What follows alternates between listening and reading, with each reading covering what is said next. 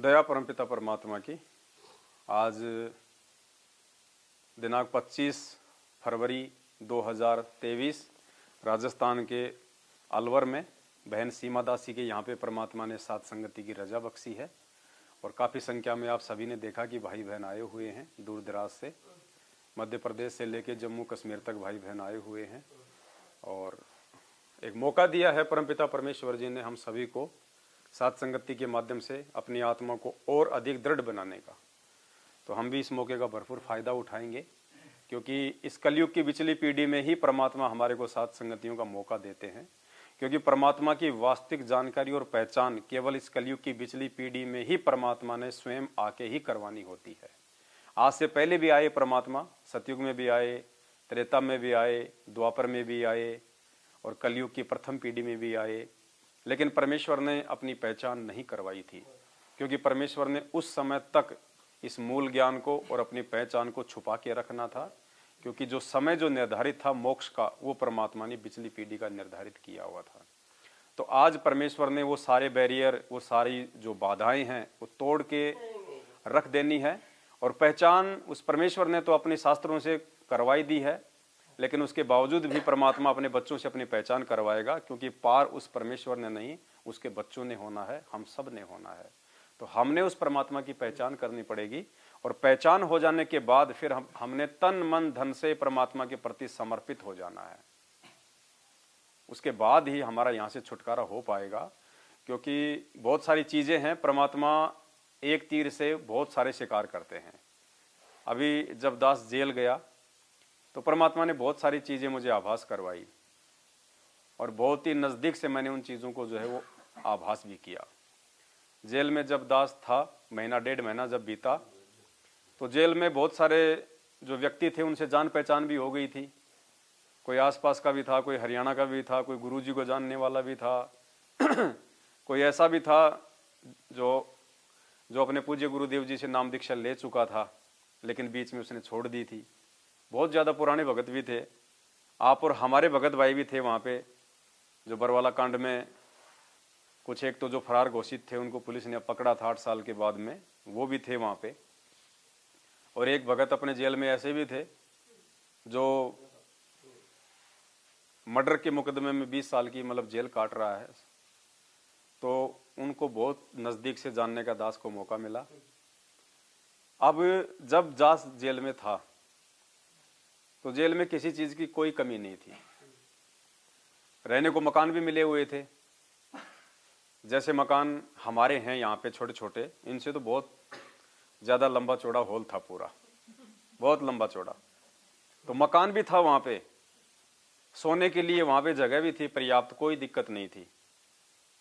उन्होंने सीमेंट के बेड बना रखे थे, बीच में जगह छोड़ देते थे वो दोनों साइड में अपने आराम से, और उन्होंने बिछाने ओढ़ने के लिए उन्होंने कपड़े भी दिए हुए थे। आप सोचना इन बातों को, पुण्यात्मा दास ने तो मतलब परमात्मा ने दास को जो महसूस करवाया, वो मेरा जो अनुभव है वो मैं आप जीवन तक मैं शेयर कर रहा हूं। तो वहां पे मकान भी था, वहां पे बेड भी थे, वहां पे नहाने धोने के लिए बहुत अच्छी वहां पे सुविधा थी, बाथरूम भी थे, पानी का बहुत बड़ा टैंक है, ठंडा गर्म पानी आता था उसमें। भोजन सुबह आ जाता था बिल्कुल तैयार होके, दाल आ जाती थी, सातों दिन अलग अलग आता था, कभी राजमा, कभी छोले, कभी काले चने, कभी सफेद चने, कभी उड़द की दाल, कभी मूंग की दाल। और हर संडे को शाम शाम को खीर आती थी, चपातियां देते थे वहां पे 5-5 बढ़िया, शाम को फिर सब्जी और चपाती आती थी। अगर किसी को कोई समस्या, कोई दिक्कत हो जाती तो उसके लिए वहां पे मेडिकल सुविधा है। अगर जेल वाला मेडिकल यदि पर्याप्त नहीं है तो आपको पुलिस प्रशासन के साथ में सिक्योरिटी में आपको बाहर लेके जाएंगे, जो भी वहां का जो गवर्नमेंट है जो हॉस्पिटल। जेल के अंदर एक कैंटीन भी है और कैंटीन में सारी सुविधा जो भी आपको चाहिए, बस आप तो अपने घर से पैसे मंगवाओ, जेल में जाते ही आपका एक खाता नंबर खुल जाएगा। उस खाते नंबर में आप अपने मोबाइल से, एक एप्लीकेशन आती है, उसके माध्यम से आप उसमें पैसे डाल सकते हैं। उसकी लिमिट है महीने के 8,000 रुपये, यानी एक जो व्यक्ति होता है जेल के अंदर वो अपने घर वालों से महीने में 8,000 रुपये तक मंगवा सकता है। साबुन, तेल, पानी, बादाम, अखरोट, काजू, किशमिश, गुलाब जामुन, बर्फी उर्फी सब मिलती है वहाँ पे अंदर। और गवर्नमेंट की तरफ से रोजाना हर एक को आधा किलो दूध दिया जाता है। कोई दिक्कत नहीं, दिन में आपको पर्याप्त वहाँ पे समय मिलता है। वहाँ पे वॉलीबॉल का ग्राउंड है, आप चाहे वॉलीबॉल खेलो, चाहे आप जी बैडमिंटन खेलो। जो पुलिस वाले हैं वो आपकी सिक्योरिटी में रहते हैं, जिनको हौलदार कहते हैं, वहाँ पे वो आपकी सिक्योरिटी में रहते हैं कि आपस में कोई झगड़ा ना कर ले, कोई किसी को नाजायज जो है परेशान ना करे। इसके अलावा जब रात को सब कैदियों को हॉल में डाल दिया जाता है तो हर एक ब्लॉक के अंदर एक लंबड़दार रखा जाता है, जो सबका जो है वो सीनियर होता है। आपस में कोई झगड़ा ना करें, कोई बातचीत ना हो जाए, कोई किसी को परेशान करे तो जाके वो बता दे वहाँ पे। इसके अलावा सुप्रिटेंडेंट जेल का सप्ताह में एक बार आके, जिसको बोलते हैं परेड, सभी कैदियों को बाहर जो है वो खड़ा कर देते हैं। सुप्रिटेंडेंट आता है और सुप्रिटेंडेंट पूछता, भाई कोई किसी को दिक्कत तो नहीं है, कोई किसी को परेशान तो नहीं कर रहा। इसके अलावा 10-15 दिन में एक बार वहां की जो जज है सीजीएम, वो आती है जेल में कि भाई आप में से कोई मतलब दिक्कत तो नहीं है किसी को, आपके घर वाले मिलने के लिए आते हैं कि नहीं आते हैं, आप लोगों ने वकील किया कि नहीं किया, सारी सुविधा, कोई दिक्कत नहीं वहां पे। फोन की सुविधा, सप्ताह में 2 बार आप जी बात करो, 10-10 मिनट के लिए, 5-5 मिनट के लिए, जैसे भी आपको हो उपलब्ध है। आपके घर वाले आपसे मिलने के लिए जाते हैं सप्ताह में 2 बार, और 15-15 मिनट बात होती है आपस में। कोई दिक्कत नहीं वहां पे। उसके बाद भी पुण्यात्मा उस जेल के अंदर मन नहीं लगता है। सब कुछ होने के बावजूद भी आप अगर कैंटीन का खाना खाओ तो बहुत अच्छी बात है, नहीं तो आप वहां से अपनी भट्ठी ले लो, 500 रुपए की एक भट्ठी मिट्टी की, और आपको कोयले मिल जाएंगे वहां पे, आप अपने पैसों से लो। आप चाहे पनीर की सब्जी बनाओ, चाहे काजू किशमिश की बनाओ, हलवा बनाओ, चाहे खीर राम बनाओ, कुछ भी बनाओ आप, सारी सुविधा। फिर भी पुण्यात्माओं उस जेल में मन नहीं लगा, बिल्कुल। इतनी सुविधा होने के बावजूद भी हमेशा मन ये करता था कि बाहर चलें, बाहर चलें, बाहर कब चलेंगे। और दास का वैसे मन नहीं था कि मुझे अंदर कोई परेशानी थी, दिक्कत थी, नहीं। दास तो केवल इस परमेश्वर की सेवाओं के लिए तत्परता कर रहा था। कहने का मतलब है पुण्यात्माओं, परमात्मा ने जो महसूस दास को जो जेल में करवाया, वही जो महसूस है वो हमने इस काल लोक में करना पड़ेगा अपने सतलोक के लिए, कि यहाँ पे सारी सुविधाएं हमें, इस काल भगवान ने भी हमें खूब सारी सुविधाएं दी हुई है। काजू किशमिश सेव संतरे मकान बेटा बेटी कार कोठी बंगले काम धंधे व्यापार सब कुछ दिया हुआ इसने। और अगर कहीं थोड़ी बहुत कोई थी कमी तो वो आके हमारे परमपिता परमेश्वर सतगुरु रामपाल जी भगवान ने हमें नाम दीक्षा देके वो पूरी कर दी। अब हमारा यहां से जो है मन उठ जाना चाहिए। और जैसे दास उस जेल से बाहर आया और बाहर आने के बाद में वहां मेरे बहुत अच्छे मेरे संबंध भी हो गए थे, बैठ के परमात्मा की ज्ञान चर्चा भी करते थे। बहुत सारे लोग गुरु जी को दंडोत भी करने लग गए थे, परमात्मा का जयकारा भी लगाते थे। 3 बार वहां पे खीर राम का भोग भी लगाया हमने, सबको बांटा, बिस्कुट का प्रसाद भी सबको बांटा करते थे परमात्मा को भोग लगाने के बाद में, कोई दिक्कत नहीं थी।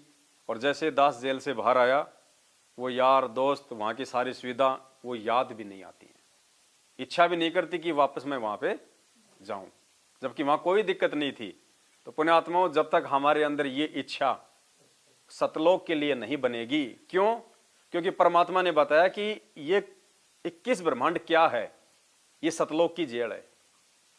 सतलोक में जब कोई गलती कर देता है तो उसको सजा दी जाती है इस काल के लोक में भेजने की। ये जेल है सतलोक की। जैसे हम यहाँ पे कोई भी गलती करेंगे तो हमारे को जेल में भेज दिया जाता है, तो वो यहाँ की जेल है। अब उस जेल से बाहर निकलते ही वहां की कोई याद नहीं, कुछ नहीं। और जब तक जेल में थे उस समय हमारी इच्छा थी कि हम बाहर चलें।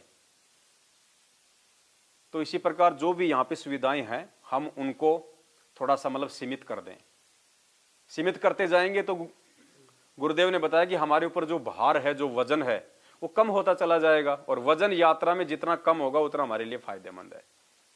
अन्यथा जब हमारा शरीर छूटने का समय आएगा और जितना ज्यादा वजन हमने जमा करके रखा होगा, संपत्ति का, कार का, कोठी का, मोह ममता का, तो परमात्मा कहते हैं तेरे लिए सबसे ज्यादा बाधा बनेगी वो चीज, तेरे अंदर वो आस्था जो है वो बनी रहेगी। तो क्यों ना हम उसको पहले धीरे धीरे धीरे धीरे हम उसको समाप्ति कर दें परमात्मा के आशीर्वाद से। और जब हम ऐसा मानस बना लेंगे तो परमात्मा भी दया कर देते हैं। तो हम सबकी ऐसी इच्छा जो है बननी शुरू हो जानी चाहिए। और उसके लिए ये बनेगी कब? जब हमारे ऊपर पूज्य गुरुदेव जी का आशीर्वाद होगा। और आशीर्वाद कब होगा गुरु जी का? जब हम गुरु जी के वचन में चलेंगे, हम उनकी मर्यादा में चलेंगे, हम उनको भगवान मानेंगे कि इनके अलावा दूसरा कोई बंदी छोड़ इस ब्रह्मांड में नहीं है। और जब हमारी आत्मा, हमारा तन मन जब हमारे पूज्य गुरुदेव जी को भगवान के रूप में स्वीकार कर लेगा तो दुनिया की कोई भी ताकत हमारे को इस काललोक में रोक नहीं सकती। और अब की बार तो परमात्मा वैसे भी विशेष हमारे को ग्रेस मार्ग देगा, तो हमने भी फायदा उठाना फिर उन चीजों का। कहते हैं आदमी अगर धीरे धीरे अगर चल रहा है तो उसको धक्का मारा जा सकता है, और जो बिल्कुल ही जो घुटने टेक के बैठ गया उसको तो कौन उठाएगा। तो परमात्मा ने बहुत बड़ी मेहर कर दी हमारे को मानव जन्म देके, 84 लाख योनियों से बाहर निकाल के और अपनी शरण में लेके। वरना ऐसा नहीं है कि आज हम गुरु जी की शरण में आ गए, पार नहीं हुए तो हम ये सोच के मर जाएं कि भाई कोई बात नहीं, परमात्मा पार कर देगा। ऐसा भी नहीं है। अभी रास्ते में आ रहे थे, परमात्मा का सत्संग चल रहा था दयानंद के ऊपर, तो परमात्मा ने क्या बताया कि ये कोई बहुत अच्छी आत्मा थी ये पहले के जन्मों में, और ये परमात्मा की शरण में था ये, क्योंकि परमात्मा आते रहते हैं यहाँ पे। तो ये किसी समय ये महर्षि दयानंद सरस्वती ये परमात्मा की शरण में था, सतगुरु रामपाल जी भगवान की शरण में, चाहे उनको कबीर जी कह दो या वर्तमान में जो वो संत रामपाल जी के नाम से आए हुए हैं, प्रकट हुए हैं, चाहे आप उनको संत रामपाल जी कह दो। तो काफी जो है इसके पुण्य बन गए थे, क्योंकि ये पांचों यज्ञ, ये मंत्र, ये बड़े दुर्लभ हैं। और उसके बाद ये मर्यादा में रहा नहीं, लोकलाज में आ गया या जैसे भी था इसने नाम छोड़ दिया, लेकिन वो कमाई इसके पास में शेष रह गई। और इसके अंदर इतनी जबरदस्त कमाई बन गई कि काल फिर क्या करता है, 12 आत्माओं को रिजर्व में रख लेता है। और जब ये भक्ति युग आता है तब उन 12 आत्माओं को ये काल यहाँ पे संत की पदवी देके भेज देता है, भ्रमित करवाने के लिए। तो देखो किसी समय वो परमात्मा का हंस था, और जब उसने नाम लिया होगा उस समय तो परमात्मा उसकी भी खूब बड़ाई करते होंगे। जैसे आज हमारे लिए बोलते हैं कि पुण्यात्मा धन्य है तुम्हारे माता पिता, तुम्हारे पुण्य कर्मों का हिसाब नहीं लगाया जा सकता। तो उसके लिए भी परमात्मा ने ये शब्द यूज किए होंगे। और आज देख लो वो हंस उस परमात्मा के सिर का दर्द बन गया, करोथा कांड का मुख्य कारण बन गया, भक्तों की मौत का मुख्य कारण बन गया, परमात्मा की जेल का कारण बन गया वो हंस। तो पुण्यात्माओं इस भय में भी ना रहना कि हम गुरु जी की एक बार अगर शरण में आ गए तो अब की बार नहीं तो अगली बार तो पार हो ही जाएंगे। ये भी हमारी कमजोरी है। अगली बार का तो सौपन में सोचना ही नहीं, जिसने अगली बार का सोच लिया काल ने वहीं उस पे दाव लगा दिया। इसी जन्म में, चाहे आपकी उम्र चाहे 90 साल की क्यों नहीं है, आपने ये कोशिश करनी है परमात्मा मेरा तो इसी जन्म में बेड़ा पार कर दो। अगर आपने अगले जन्म की सोच ली तो अगला जन्म तो दे देगा परमात्मा, लेकिन क्या पता अगले जन्म में आपको ये ज्ञान भक्ति समझ में आवे नहीं आवे, ये परमात्मा समझ में आवे नहीं आवे। क्या पता जब आपका अगला जन्म हो उस समय परमात्मा धरती पे प्रकट हो ना हो। क्या पता आपका अगला जन्म पाकिस्तान में, नाइजीरिया में, अफ्रीका में कहां पे दे दे। तो हमने कोशिश तन मन धन से इसी जन्म की करनी है कि परमात्मा अब की बार तो पीछा छुड़वाई दो। और पीछा छुड़ाने का केवल एक ही साधन है, सर्वप्रथम हमने अपने पूज्य गुरुदेव जी को ही अपना परमात्मा मानना पड़ेगा, और दूसरा कोई विकल्प नहीं है। 650 साल पहले था एक विकल्प। परमात्मा ने कहा कि उस समय तुम परमात्मा को तुम परमात्मा तो नहीं मान पाए, अगर तुम गुरु भी मान लेते तो भी तुम पार हो जाते। लेकिन 650 साल पहले हमने इस परमेश्वर को गुरु भी ढंग से नहीं माना, जिस कारण से आज हम यहां रह गए। और आज वो ऑप्शन हमारे हाथ से निकल गया। आज खाली गुरु मानने से काम नहीं चलेगा, आज हमने इनको परमात्मा मानने से काम चलेगा। यदि हमने गुरु इनको और यदि हमने परमात्मा किसी और को मान लिया, दाढ़ी मूछ वाली फोटो को या किसी को, तो भी हमारी कमजोरी रह जाएगी, काल दाव मार देगा। और दूसरा नियम और इनकी मर्यादा, ये सर्वप्रथम है। तो जेल में जब दास था तो परमात्मा ने दास को प्रेरणा की, एक शब्द परमात्मा ने सब अपने नियमों के ऊपर बनवाया, क्योंकि 28 साल होगी नियमों के ऊपर कोई भी शब्द और भजन नहीं बना। भगत तो बेचारे बनाते कहां से, क्योंकि भक्तों को तो 28 साल से बेचारों को परमात्मा के शब्द ही नहीं गाने दिए। अगर कोई गा लेता तो कहते तेरा नाम खंड हो गया, गुरुजी ने गा रखा, बस उसी को सुनता रहे। ये थोड़ी बहुत हिम्मत भी हम सभी ने इन साध संगतियों से ली है, हम परमात्मा के शब्द गाने लगे। नहीं, शब्द भी हमारे को गुरुजी सुना रहे थे, आरती भी गुरुजी कर रहे थे, सब काम गुरुजी कर रहे थे। तो मालिक ने अपने नियमों के ऊपर एक शब्द बनवाया, और ये शब्द पुण्यात्मा हर किसी के पास में पहुंचना चाहिए, क्योंकि ये जो नियम है, मर्यादा है, भक्ति की रीढ़ की हड्डी है, मकान की नींव है। जब तक नींव मजबूत नहीं होगी, ऊपर मकान स्थायी और टिकाऊ नहीं बन पाएगा। और इन मर्यादा और नियमों की संपूर्ण जानकारी ना होने के चलते ही आज हमारे 90% भगत भाई बहन साध संगतियों से दूर हैं। वो नियमों पे नहीं चल पा रहे, आए दिन उनकी अकाल मौतें हो रही हैं, घर में उनके कहर टूट रहे हैं, सिर्फ नियमों की जानकारी के अभाव में। तो परमात्मा ने जो शब्द बनवाया है, हम उस शब्द को भी गाएंगे और साथ में हम उसको विस्तार से लेके चलेंगे।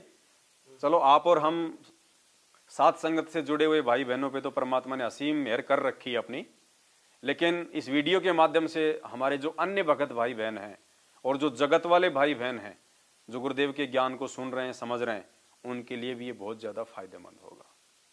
तो परमेश्वर ने जो शब्द बनवाया है, अब हम उस शब्द को छोड़। सतगुरु रामपाल जी भगवान जय हो।